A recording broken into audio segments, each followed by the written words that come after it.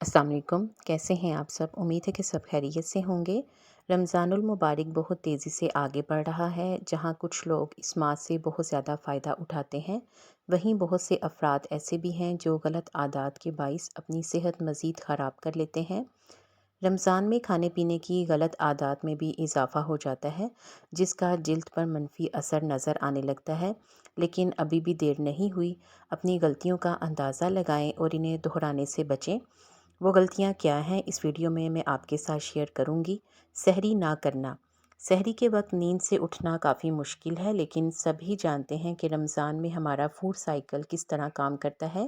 جب سحری چھوڑتے ہیں تو 24 گھنٹوں میں ایک ہی مرتبہ صحیح انداز سے کھانا کھاتے ہیں، اور یہ ٹھیک نہیں، کیونکہ جب اپنے جسم کو کھانا نہیں دیں گے تو ہماری جلد مرجھا جائے گی۔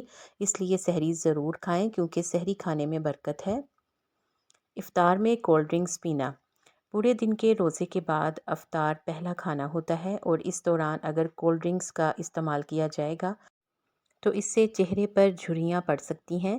یہی وجہ ہے کہ افطار میں پانی یا پھر لیموں پانی کا استعمال بہترین ہے۔ اس کے علاوہ ملک شیک بھی استعمال کر سکتے ہیں۔ اس کے بعد جو تیسری غلط عادت ہے وہ یہ ہے کہ افطاری کے بعد فوری طور پر ورزش کی جاتی ہے۔ اگر ورزش کرنا آپ کا پسندیدہ مشغلہ ہے تو یہ جان لیں کہ اسے افطار کے فوری بعد کرنا آپ کی صحت کے لیے بالکل ٹھیک نہیں۔ رمضان میں ہمارا جسم کا نظام تبدیل ہو جاتا ہے، اور افطار کے فوری بعد ورزش کرنے سے ہڈیوں میں تکلیف بھی ہو سکتی ہے۔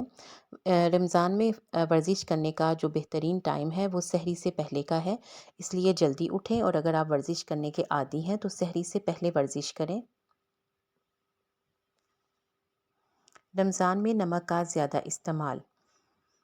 چونکہ رمضان میں طرح طرح کے کھانے تیار کیے جاتے ہیں اور خوب ڈھٹ کر کھایا جاتا ہے، ایسے میں ان کھانوں میں نمک بہت زیادہ استعمال کیا جاتا ہے، چاہے وہ سالن ہو یا پھر نمکین لسی ہو۔ لیکن اس سے جسم میں پانی کی کمی بھی ہو سکتی ہے، اور پانی کی کمی کے باعث جلد خشک ہونے لگتی ہے۔ ضروری ہے کہ رمضان میں کیلے زیادہ استعمال کیے جائیں تاکہ ہمارے جسم میں سوڈیم سے زیادہ پوٹاشیم بڑھے، کیونکہ نمک زیادہ استعمال کرنے سے جسم میں سوڈیم بڑھ جاتا ہے۔ افطاری اور سحری کے فوری بعد سونا۔ صرف رمضان میں ہی نہیں بلکہ کسی بھی وقت کچھ کھانے کے فوری بعد سونا صحت کے لیے نقصان دہ ہے۔